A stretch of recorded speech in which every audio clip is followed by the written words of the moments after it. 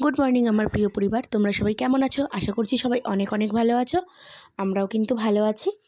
তো কালকে একটা ছোট্ট শর্ট ভিডিও দিয়ে তোমাদেরকে বলেছিলাম যে দীর্ঘ অনেক দিন পর, মানে 1 থেকে 1.5 বছর পর আমি আবার ভিডিও শুরু করব।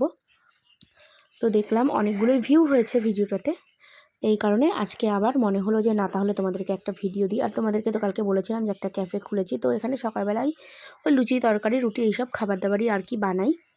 তো তার জন্য আজকে সবজি কেটে নিচ্ছি। আজকে রান্না হবে কুমড়ো আলু সয়াবিন দিয়ে একটা সবজি। তো সেই জন্যই কুমড়োটা আগে কেটে নিচ্ছি। আর এসে আগে তো দোকানে ঝাড়টা দিয়ে সব গ্যাস ট্যাস বাইরে বের করে বাসনপত্র সব গুছিয়ে নিয়ে এসেছি। আর দেখো আমার সবজিও কাটা হয়ে গেছে, মশলার জন্য আদা আর ওদিকে কাঁচা লঙ্কা কুচিয়ে নিয়েছি। আর এদিকে সব কিছু রেডি করে নিয়েছি। দেখো বাইরে এখনও কিন্তু অনেকটা কুয়াশা, প্রায় 8টা বাজে। আর ভেতরে দেখো এখনও এই কুরকুরে লেস এইসবের প্যাকেটগুলো রয়েছে, ওগুলো এখনও বাইরে বের করা হয়নি। সবজিটা বসিয়ে দিয়ে তারপরে বের করব। তো দেখো তোমাদেরকে বলার পরে আমি সবজিটা বসিয়ে দিয়েছি। আর এখন এই যে এইগুলো এখানে টানিয়ে দিতে হবে, নাইলে না টানালে না ভেতরে থেকে যাবে। আর আমাদের এই দোকানটা যেহেতু একটু ভেতর দিকে, তো রাস্তা থেকে না মেন যে রোডটা সেখান থেকে দেখা যায় না। পাশে যেহেতু আরও বাড়ি টাড়ি আছে, সেই কারণে খাবারগুলো টানানো থাকলে মানুষ বুঝতে পারে যে না দোকানটা খোলা আছে। তো এই কারণে এগুলো টানিয়ে দিতে হয়। আর নাইলে বারবার করে না ভেতরে যেতে হবে, নিয়ে আসতে হবে। তো বারবার দেখো আমি এই যে সব নিয়ে একদম বাইরে চলে এসেছি আর টানিয়ে দিচ্ছি। আর রিহুকে কিন্তু এখন সকালবেলা নিয়ে আসিনি, রিহু কিন্তু এখন ঘুমাচ্ছে বাড়িতে ওর বাবার সঙ্গে। আর রিহু ঘুম থেকে উঠবে, ওর বাবা যখন কাজে যাবে সেই সময় রিহুকে নিয়ে আসবে।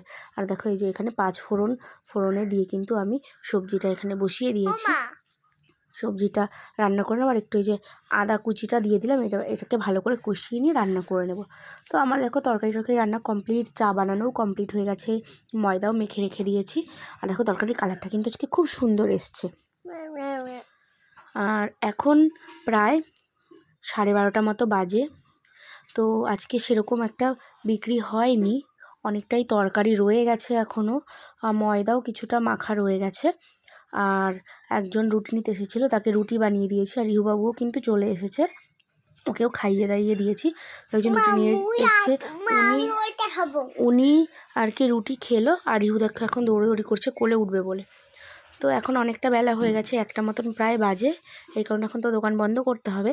তো লুচি ভেজে যে তেলটা ছিল ওটা গামলাতে ঢেলে রাখলাম, ওটা আমার পরে আবার কাজে লাগবে। যেহেতু সকালবেলাই আর কি তেলটা প্যাকেট কেটে কড়াইতে ঢেলেছিলাম।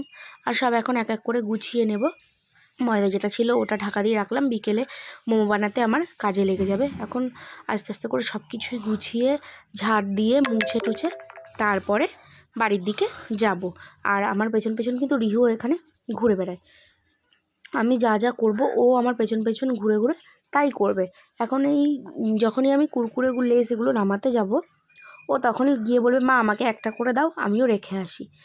তারপরে যখন আমি চেয়ার টেবিল বের করবো বিকেলবেলা, আমার সঙ্গে সঙ্গে চেয়ারগুলো মাথায় করে করে নিয়ে যাবে। দেখো আমার পেছন পেছন কিন্তু সারাদিন শুধু দৌড়োদৌড়ি করেই যায়।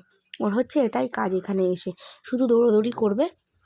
আর কেউ যদি কোনো কিছু করে এখানে এসে তাকে শুধু বকা দেবে, এটাই হচ্ছে ওর কাজ। আর কয়েকটা লুচি ছিল, সেগুলো একটু প্যাকেটে নিয়ে নিচ্ছি, রিউ যদি পরে খেতে চায় তো ওকে দিয়ে দেবো। আর প্রতিদিন না লুচি থেকে গেলে কুকুরকে দিয়ে যাই আমি।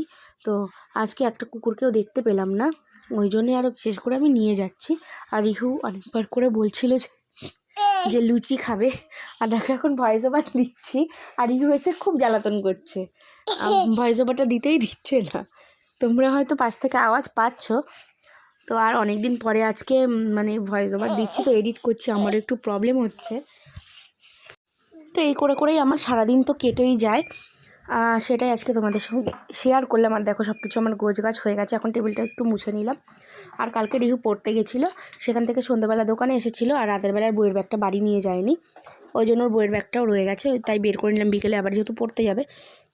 আর শাটারটা আমি হাতে পাই না বলে একটা চেয়ার নিয়ে তার উপরে উঠে শাটারটা নামিয়ে নিলাম। বেঞ্চটা আর এখন তুলবো না, ওটা থাকবে। এখন ওই সাইডে বসার জায়গাটা ঝাড় দেবো, দিয়ে তারপরে রিহুকে নিয়ে বাড়ি চলে যাব।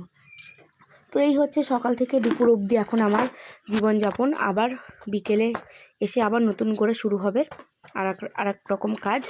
তো যাই হোক, ভিডিওটি যদি তোমাদের ভালো লেগে থাকে তাহলে কিন্তু অবশ্যই লাইক কমেন্ট শেয়ার করো। আর আজকের মতন ভিডিওটা কিন্তু আমি এখানেই শেষ করব। আর এখন এই ঝাড় দিতে দিতে প্রচুর পরিমাণে ধুলো উঠছে, ধুলোতে পুরো মাথাটা সাদা হয়ে যায় পাগলের মতো। কিন্তু কি আর করা যাবে, এখানে যেহেতু বিকেলবেলা সবাই বসবে তাই ঝাড় তো দিতেই হবে। তো যাই হোক, আর বেশি বকবক করবো না, আজকের মতন ভিডিওটা এখানেই শেষ করছি। সবাই ভালো থেকো, কালকে আবার দেখা হবে নতুন একটা ভিডিওতে। আজকের মতন টাটা, বাই বাই।